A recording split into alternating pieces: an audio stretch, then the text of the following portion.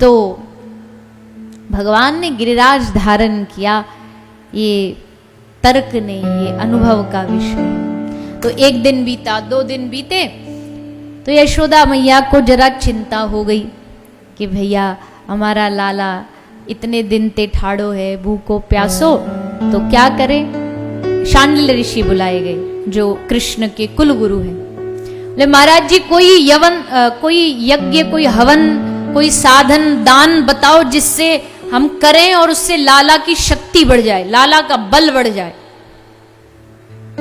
शांडिल्य ऋषि ने कहा कि तुम्हारे लाला का बल अगर बढ़ाना, शक्ति बढ़ानी है ना, तो ना हवन करना, न यज्ञ करना, एक काम करो, इसकी शक्ति को बुला दो।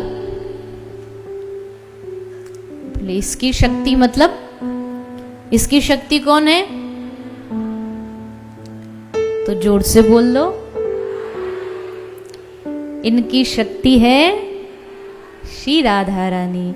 उनको बुला करके कृष्ण के सामने बिठा दो तो वहां से एनर्जी मिलती रहेगी, तो तुम्हारे लाला को, तुम्हारे कन्हैया को नेको भी थकावट नहीं होगी, क्योंकि जाके सर पर श्री स्वामिनी जी को हाथ हो, जाके माथे पर श्री राधा रानी की कृपा हो, जाकू कृपा डायरेक्ट श्री राधा रानी दे रही हो।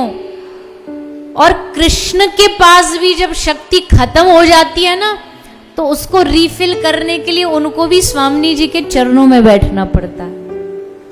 और जब श्री राधा रानी अपने चरणों का आश्रय देती हैं और चरण ठाकुर जी अपने हाथ में लेकर के श्री राधा रानी के चरणों को अपने हाथ में थाम करके जब अश्रुपात करते हैं, जब आंखों से अश्रु बहाते हैं और श्री राधा रानी के चरणों का अपने अश्रुओं से अभिषेक करते हैं, तो श्री कृष्ण भी शक्तिमान बन जाते हैं, उनके भीतर शक्ति का संचार हो जाता है।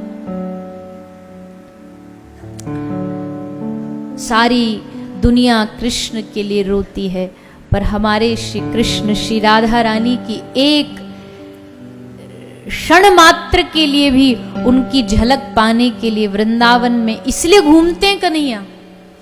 वृंदावन की कुंजों में बांसुरी फेंट में दबा करके सबरे वृंदावन में मटकते मटकते क्यों घूमते हैं? एक जगह सिंहासन पर क्यों नहीं बैठते? बोले पतो नहीं, भटकते भटकते घूमते घूमते कब कौन सी कुंज में हमारी स्वामिनी जी मिल जाए, का भरोसा। ठाकुर जी की एक कुंज नहीं है, बहुत कुंज है, कभी और अलग अलग कुंजों के नाम हैं। जब जहां जिस कुंज में आज मिलना होता, उसमें पहले से ठाकुर जी गोपियों को, श्री जी को निश्चित कर देते कि आज हम फलाने कुंज में मिलेंगे। कुंज होता है, फिर निकुंज होता है, फिर निभृत निकुंज होता है। ये सब भगवान की कुंजों की श्रेणियां हैं और ये सब वृंदावन में आज भी है। कुंज वृंदावन में आज भी निकुंज है वृंदावन में। तो उस निकुंज में ठाकुर जी जो लीला करते, पर हां वो लीला ना सबको दिखती है और ना सबको दिख भी जाए तो ना पचती है।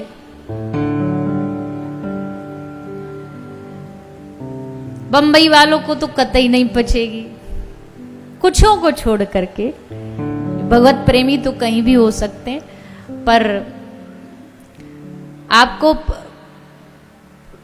मैंने ऐसा सुना है, पता तो पढ़ा तो नहीं, पर सुना ऐसा है कि जब बड़े बड़े हमारे पुराने जो महापुरुष हैं, पूज्य पाठ श्री डोंगरे बाबा जी महाराज, पूज्य पाठ श्री राम सुखदास जी महाराज, ये जब कथा करते थे ना, तो ये जब ब्रज से बाहर कथा करते थे, मतलब मुंबई में इनकी कथा हुई तो पूरी कथा सुनाते थे, पर रास महारास रास पंचाध्याय वाली कथा नहीं सुनाते थे ब्रज से बाहर। क्यों? बोले ब्रज से बाहर भैया कहीं भी दुनिया में महाराज की कथा सुनाओगे ना, तो ये जो सुनने वाले हैं इसको उल्टा समझ लेंगे और उल्टा अपराध हो जाएगा, ये सबको थोड़ी पच जाएगी। इसलिए जब ब्रज में कथा होगी तब रास पंचाध्याय सुनने के लिए वृंदावन आ जाओ। पर अब तो थोड़ा थोड़ा, ज्यादा तो नहीं, पर थोड़ा थोड़ा सब जगह सुनाई जाती है। तो वो निकुंज में जब श्री ठाकुर जी स्वामिनी जी के साथ विराजमान होते हैं और वो जो लीला होती है ना राधा और कृष्ण के मिलन की, गोपियों के मिलन की, जहां देह से परे उठ जाते हैं, वहां देह नहीं बचता है, देह का कोई आकर्षण नहीं बचता है, कोई देह का सौंदर्य नहीं बचता है, वहां जो प्रकट होता है वो है वास्तविक प्रेम।